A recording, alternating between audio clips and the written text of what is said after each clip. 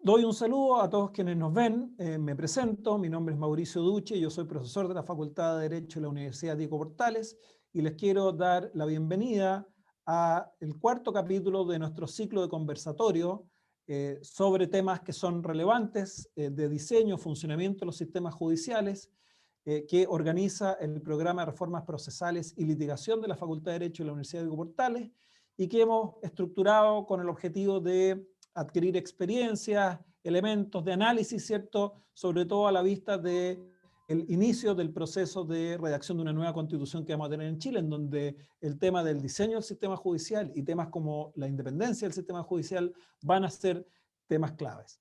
El tema que nos convoca en este cuarto capítulo de nuestro ciclo de conversatorio es el de la justicia provisional en América Latina y lo que vamos a intentar es ver algunos problemas y algunos desafíos que presenta esto.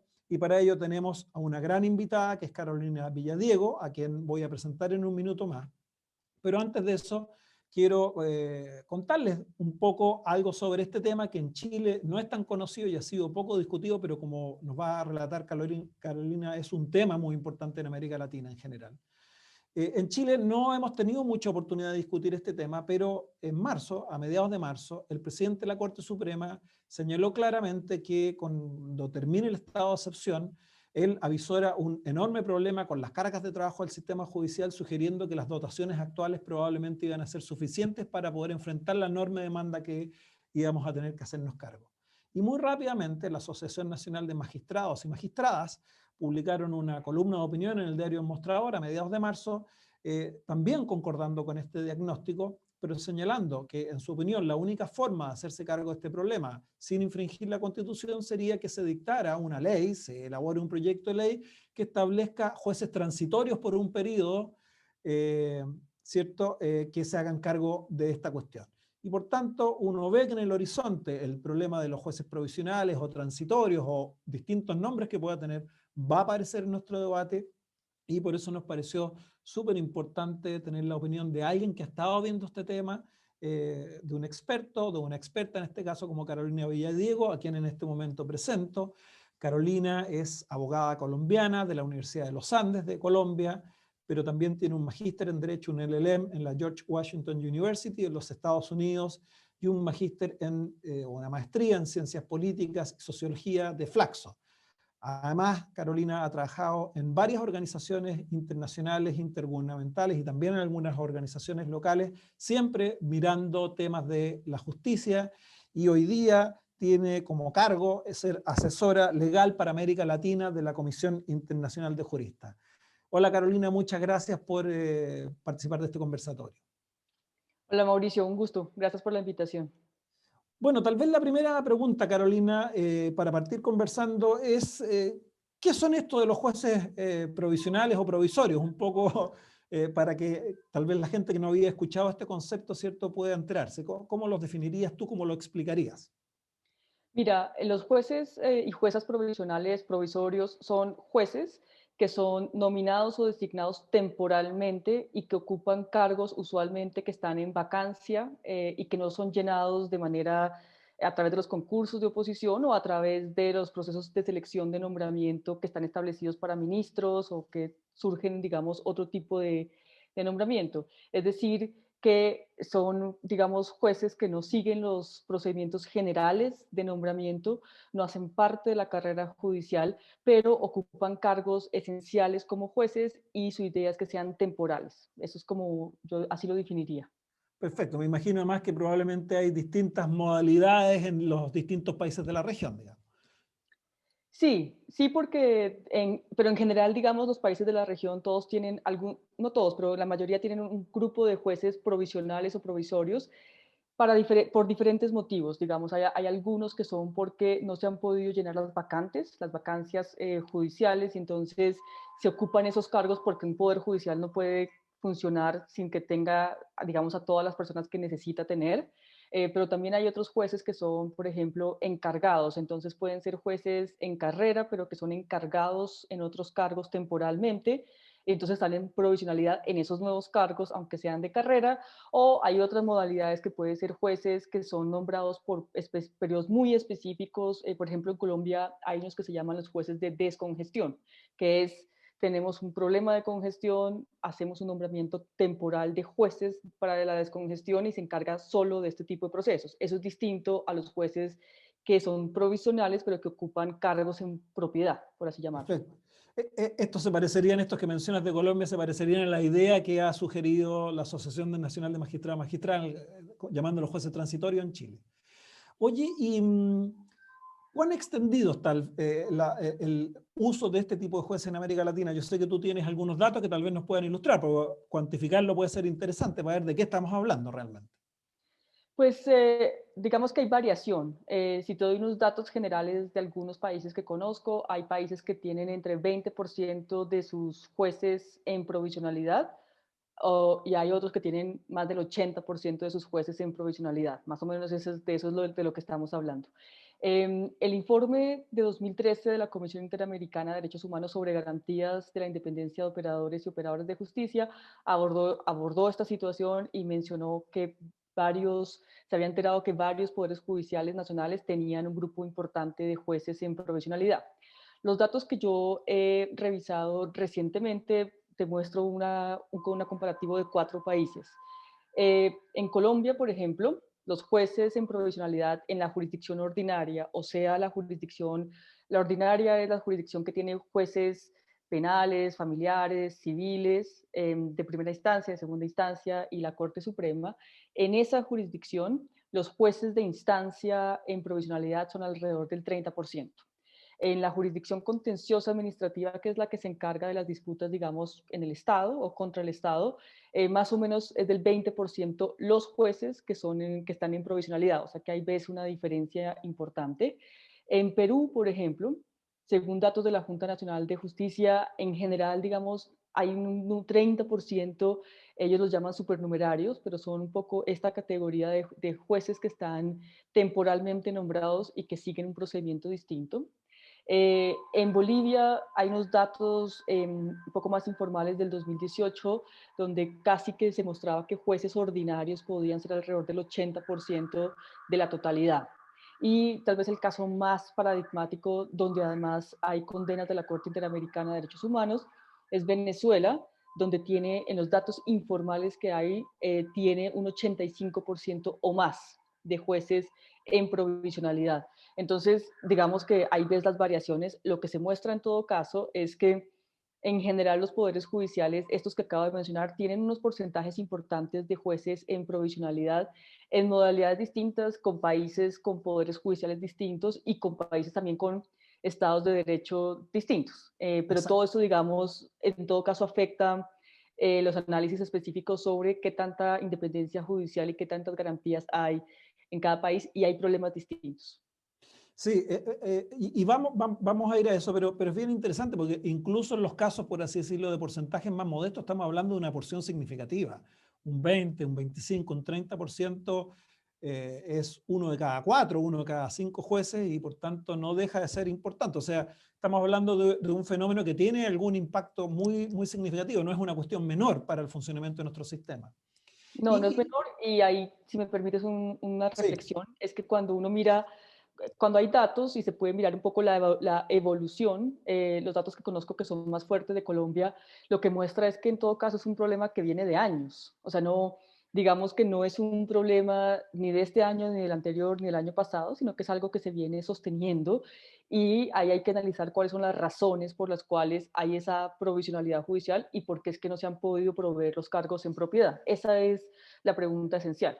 bueno, y Eh, esa era de hecho una pregunta que te quería hacer. O sea, si tú tienes alguna idea, probablemente aquí hay realidades muy distintas. Me imagino que las razones de Venezuela son distintas a las de Colombia, a las de Bolivia, pero ¿qué razones has identificado tú para generar este estado de cosas? Pues hay una razón esencial y es que hay una, digamos, imposibilidad fáctica de haber hecho los concursos que permiten la estabilidad en los cargos. Esa yo creo que es la razón esencial. ¿cuáles son las razones que llevaron a la imposibilidad de hacer los concursos? Ahí podemos analizar muchas variables. Hay países donde, digamos que también un poco por los cambios constitucionales y los cambios legales se permitió como o se promovió unos cambios en los poderes judiciales y eso también permitió una alta provisionalidad y no se han llenado los concursos.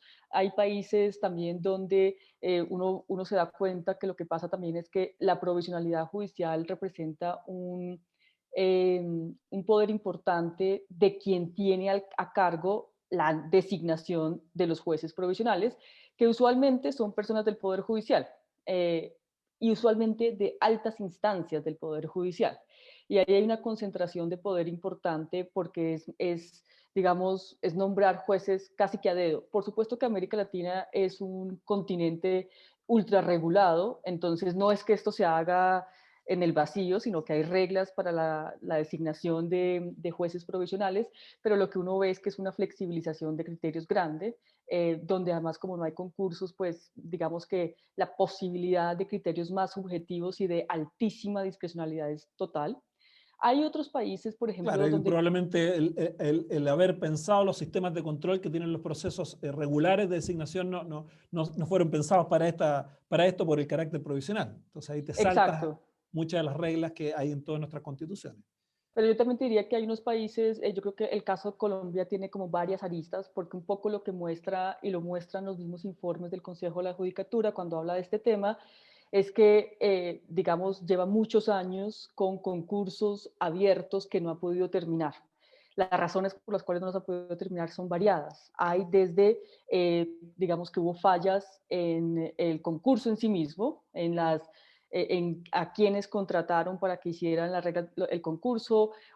Dos, hay una alta litigiosidad de los concursantes. Entonces, muchísimos recursos de reposición, de apelación contra las calificaciones, contra quien hizo el concurso, bueno, contra todo. Y eso, hasta que no se solucione, pues no se puede llevar a buen término el concurso. Y además, pues son concursos a veces que tienen cierta complejidad. Tienes una combinación de un examen o una combinación de un curso, una combinación de examen y curso, examen, curso y entrevista, y todo esto tiene tiempos y a veces también hay una gran cantidad de postulantes. Entonces, yo creo que hay yo te diría que son muchas razones y que lo que hay que entrar a ver un poco al detalle es dónde están los problemas, y lo cierto es que las cifras siguen mostrando, por lo menos en los países que yo acabo de mencionar, que la provisionalidad es alta y que hay que ver cómo se resuelve. Sí. No, muy interesante lo que menciona porque hago vínculo con otra propuesta que se acaba de presentar en Chile la semana pasada. El Ministerio de Justicia presentó un proyecto de ley para cambiar los sistemas de asignación de jueces en Chile, que es un tema que hace mucho tiempo se venía discutiendo. Probablemente hay un cierto consenso de que el sistema no es bueno, pero claro, está creando un sistema más complejo y una de las cuestiones que tendría que ver es qué impacto podría tener un sistema más complejo de asignación precisamente en generar una de las condiciones que ha llevado a otros países de la región a avanzar hacia la provisionalidad. Así que es una derivada que es bien interesante por lo que cuenta.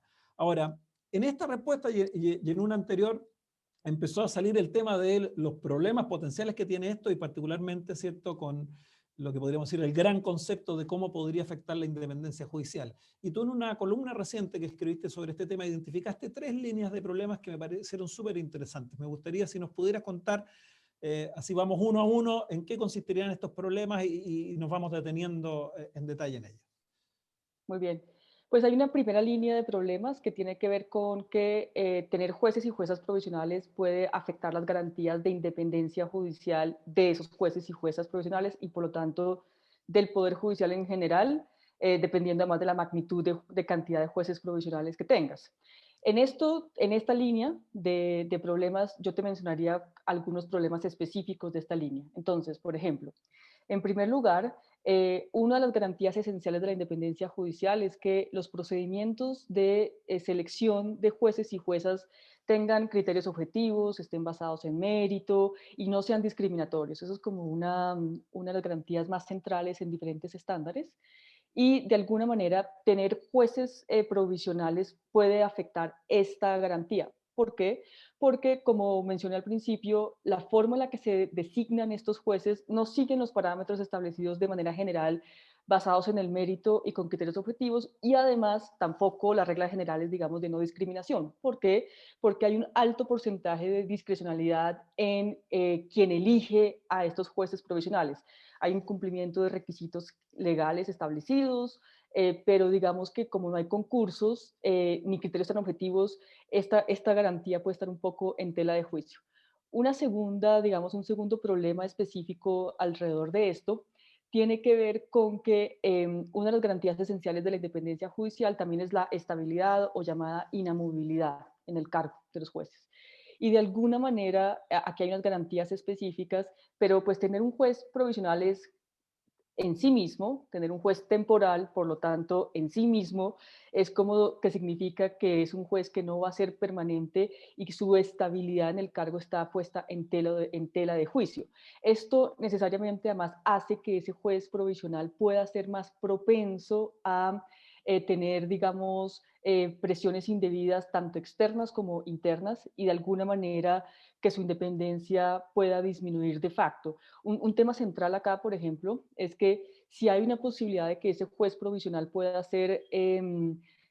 pueda tener un periodo adicional al periodo al que fue nombrado o pueda después tener un proceso de ser designado en titularidad, puede ser más propenso a sujetos a presiones internas del Poder Judicial de quienes tienen el control sobre la posible designación. ¿Ves? Claro, Entonces, claro, porque hay incentivos para comportarse de la manera que espera y que podría darme la chance de un nuevo periodo o un cargo permanente. exacto. Una tercera, digamos, como problema específico asociado a esto, tiene que ver con que otra de las garantías esenciales de la independencia judicial es que los procesos de traslado, suspensión y remoción de jueces en funciones estén reglados, estén claros y, digamos, tengan unas reglas básicas.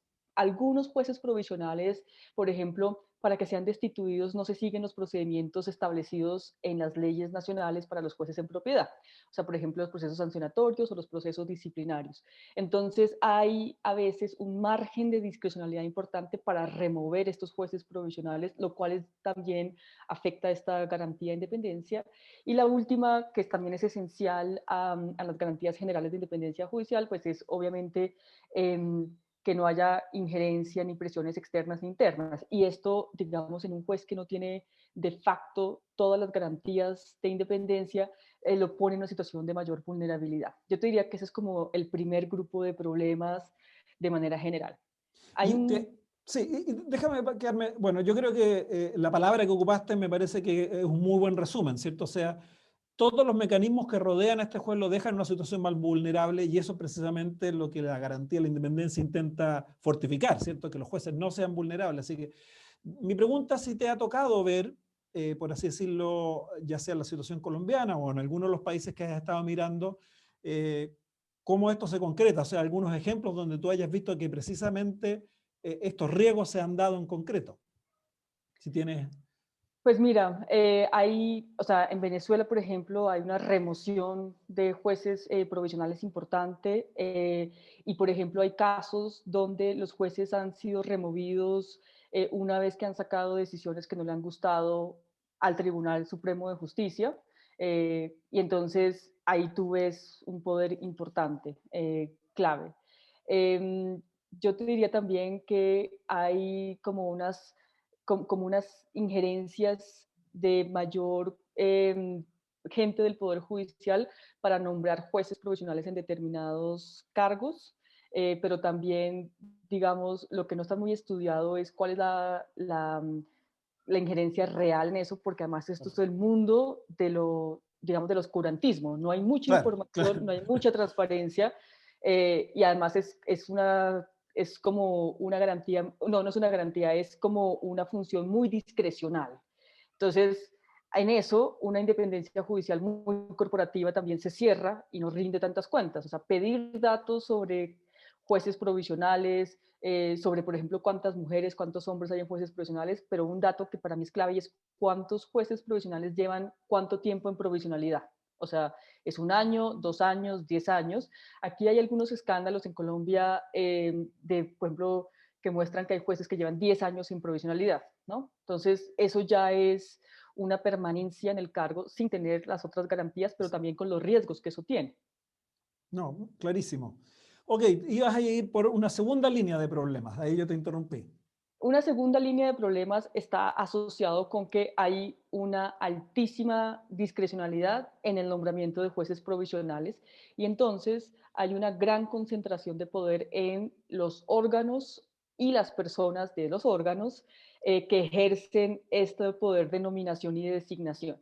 Entonces, esto puede estar concentrado en una institución, como en Venezuela, que está más concentrado alrededor del Tribunal Supremo de Justicia, o puede estar, digamos, medianamente desconcentrado, como en Colombia, donde el Consejo Superior tiene una parte, pero luego los magistrados de las jurisdicciones y los jueces tienen otra parte en la designación, porque es como una función conjunta, o sea, el Consejo hace unas listas y luego el poder de nominación lo tienen los magistrados y los jueces, dependiendo de los cargos que se van a proveer. Entonces, digo esto es porque hay un riesgo grande de clientelismo judicial. Eh, Que, no, que es un riesgo que está en América Latina, ¿cierto? Por muchas cosas. O sea, esto reforzaría algo que sabemos es un problema en América Latina en general. Claro, hay un riesgo altísimo de eso. Hay un riesgo muy grande de, digamos, intercambio de favores, ¿no? Porque como, por ejemplo, en un sistema como el colombiano, donde lo tienes distribuido entre diferentes instituciones y personas, puedes tener unos que te dicen, yo le nombro a unos y usted me nombra a otros, ¿no? Para un intercambio cruzado de favores para que no sea directo. Puedes tener un riesgo importante de corrupción judicial también, importante y significativo, porque entonces digamos que puedes tener fichas de personas específicas en ciertos procesos y de alguna manera una concentración mayor de poder y poder tener la decisión de influir sobre decisiones con beneficio propio o de beneficio de terceros. Y entonces digamos que esto es un grupo de problemas que está asociado a que se incrementa el poder discrecional de nominación y designación de jueces al interior del Poder Judicial usualmente, y eso en un mundo donde no hay tanta transparencia en la rendición de cuentas y donde esta función es además muy del Poder Judicial, porque tú necesitas que haya mayor estabilidad también y que no haya injerencia de los sectores políticos, pues el riesgo de clientelismo al interior del Poder Judicial se incrementa. Entonces yo te diría que este es como el segundo grupo de problemas que se han identificado. Perfecto. Y hay un Otra tercer, línea.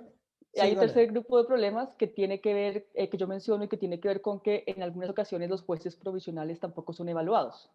Ok, Eh, esto es clave. puede, puede, haber, puede haber críticas, comentarios, desafíos frente a las evaluaciones de los jueces, pero de alguna manera las evaluaciones de desempeño son importantes.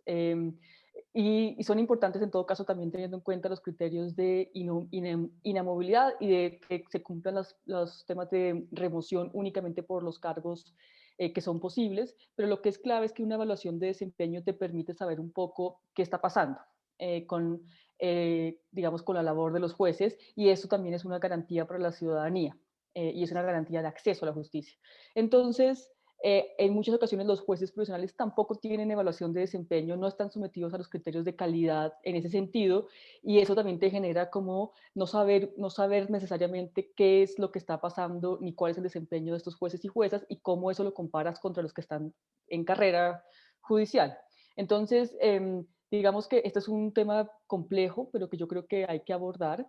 Y además de eso, aunque pueda haber muchos jueces provisionales muy buenos, lo cierto es que las evaluaciones de desempeño son importantes para mirar la calidad de la justicia.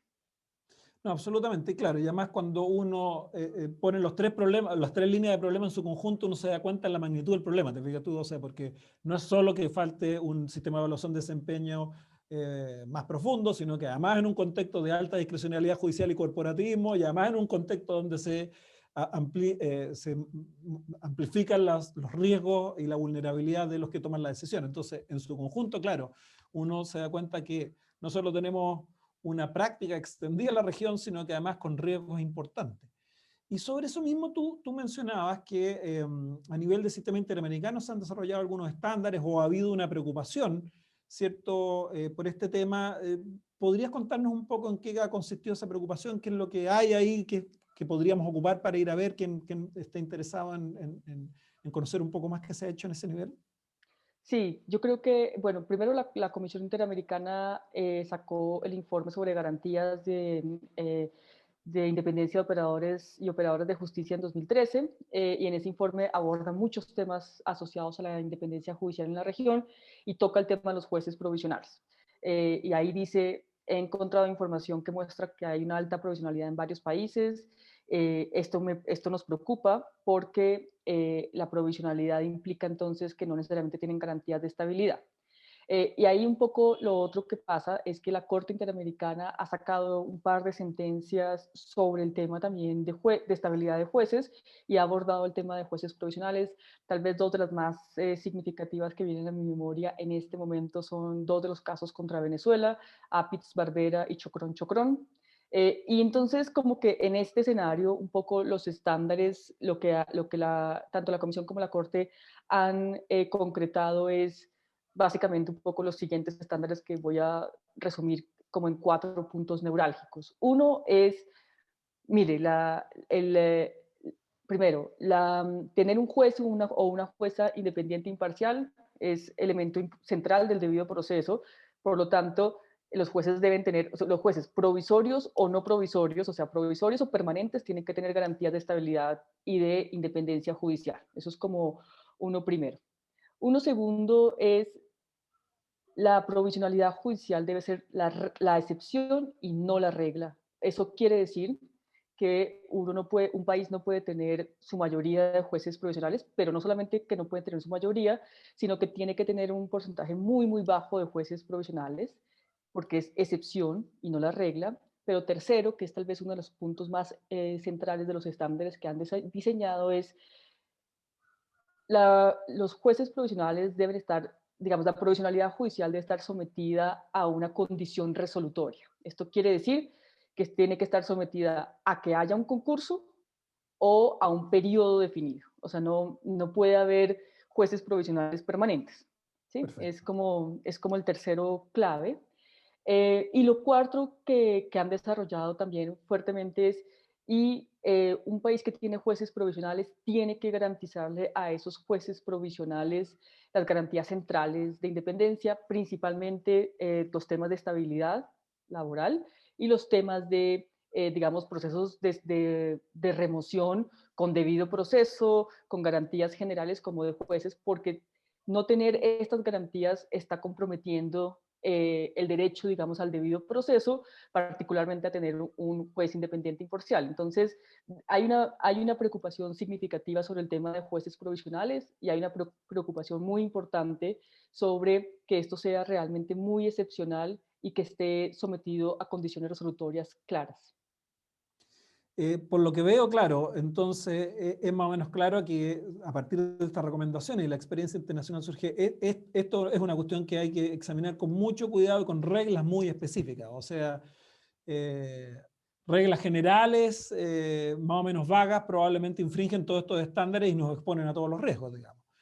¿Cuál sería el espacio razonable, crees tú, para jueces provisorios? O sea, ¿qué tipo de situaciones sí podrían, por así decirlo, satisfacer estos estándares y ser justificables en algún sentido? Porque lo que yo leo un poco es, más bien, trate de no tener, digamos, esta es la recomendación, trate de no tener. ¿Cuándo sí se podría tener? Yo creo que, digamos, en principio no se debería tener, sobre todo además Ujú. en países donde la importancia de la separación de poderes y del Estado de Derecho implica que se necesita un poder judicial muy, muy fuerte. Realmente la recomendación es no tenga jueces provisionales, por eso tiene que ser excepcional. Ahora, como hay momentos en los que puede haber como unos espacios donde sea no tan fácil llenar los cargos en propiedad o, por ejemplo, que se puedan crear cargos nuevos y están todos los cargos en propiedad, digamos, por personas estables, pero si tú creas cargos nuevos y no los puedes llenar a través de los concursos que te toman un tiempo, pues de alguna manera tienes que tener cierta cantidad de gente ocupando provisionalmente esos cargos. Yo creo que los elementos centrales para jueces provisionales es, primero, procedimientos claros para la selección basado en criterios objetivos de mérito y, digamos, y que no tengan discriminación. Yo creo que eso es central.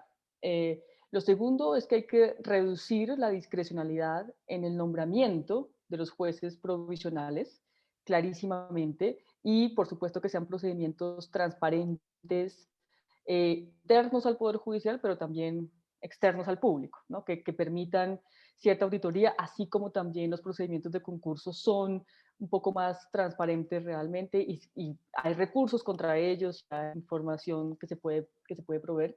Y lo tercero yo diría que tiene que ser, digamos, cargos que realmente estén sometidos a condición resolutoria, sin posibilidades de renovación y extensión en el tiempo, porque lo que pasa es que tú nombres jueces provisionales, lo pones por un año y luego los sigues renovando y los tienes ahí, o los vas cambiando, los vas rotando. Entonces, tienes jueces provisionales temporalmente, o unos un año, al siguiente año pues no nombras a los mismos, pero nombras a otros, pero sigues teniendo esos cargos en provisionalidad y jueces provisionales en rotación.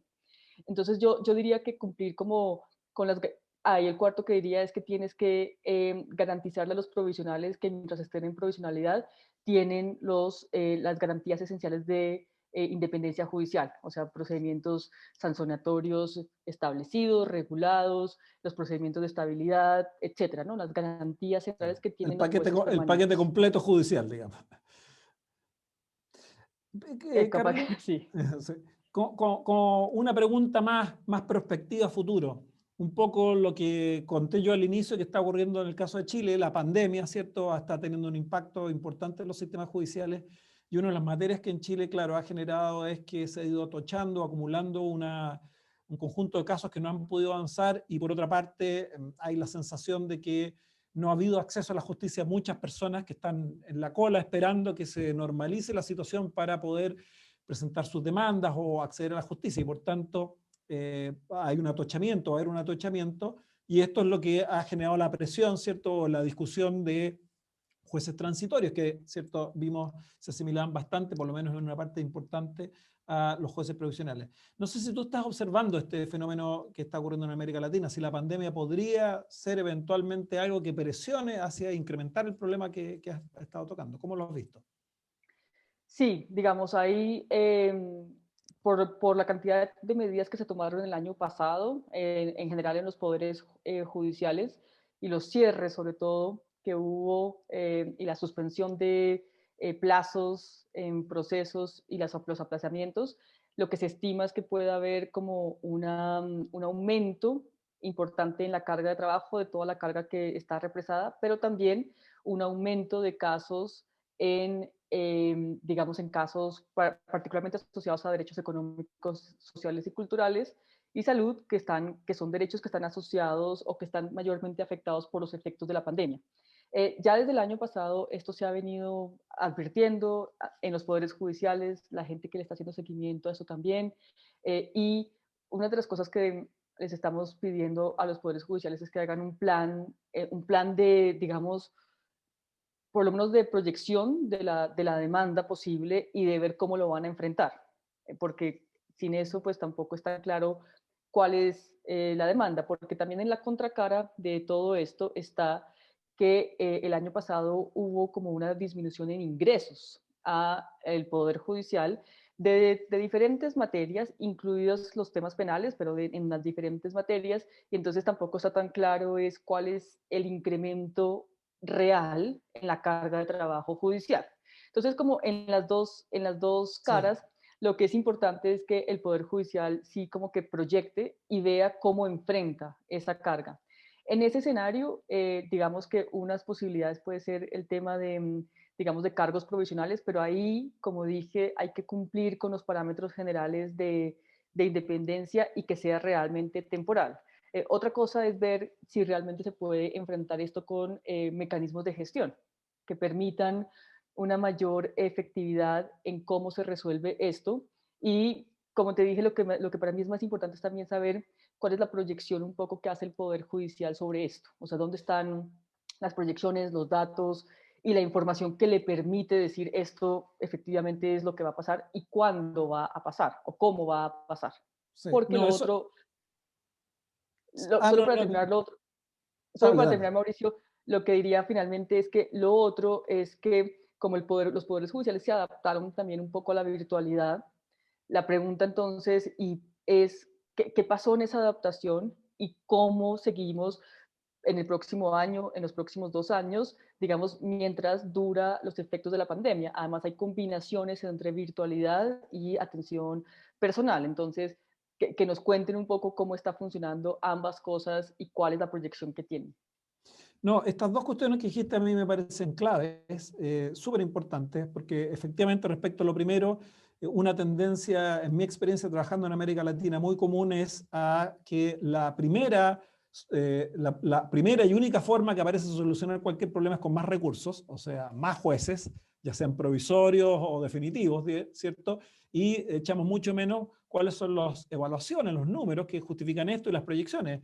Y muchas veces nos equivocamos y hemos ido fortaleciendo, ¿cierto? En un contexto más de países como los nuestros que no pueden dilapidar más los recursos, sobredotaciones por así decirlo, mucha grasa en ciertos sectores del Estado, dejando desprotegido otras áreas donde también se requiere mirar mucho. Y lo segundo, me parece que es clave, es que también, y esto yo creo que ocurrió en Chile, hoy día estamos discutiendo un proyecto de ley para generar un sistema de funcionamiento que tome las herramientas de semipresenciales o a distancia para un periodo de transición, precisamente para abordar este par de años que vengan después, pero también se está empezando a discutir hacia el futuro, hacia un régimen permanente.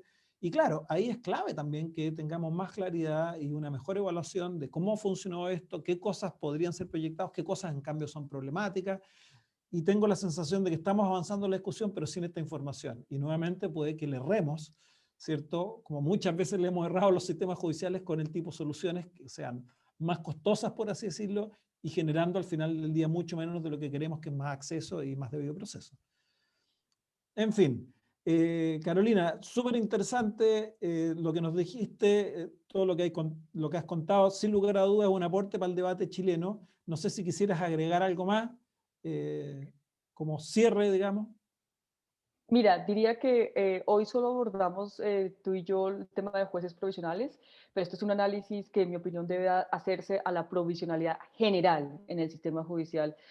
Podría entrar en los números de provisionalidad de empleados eh, judiciales y también está el tema de las fiscalías y las defensorías. Entonces, hay unos asuntos asociados a la provisionalidad que los análisis son distintos, los números son distintos, pero lo que es claro es que hay que tener como una idea central de qué es lo que está pasando y en una eventualidad de que necesito más, el Poder Judicial necesita más cargos, saber bien dónde los necesita y a quiénes necesita.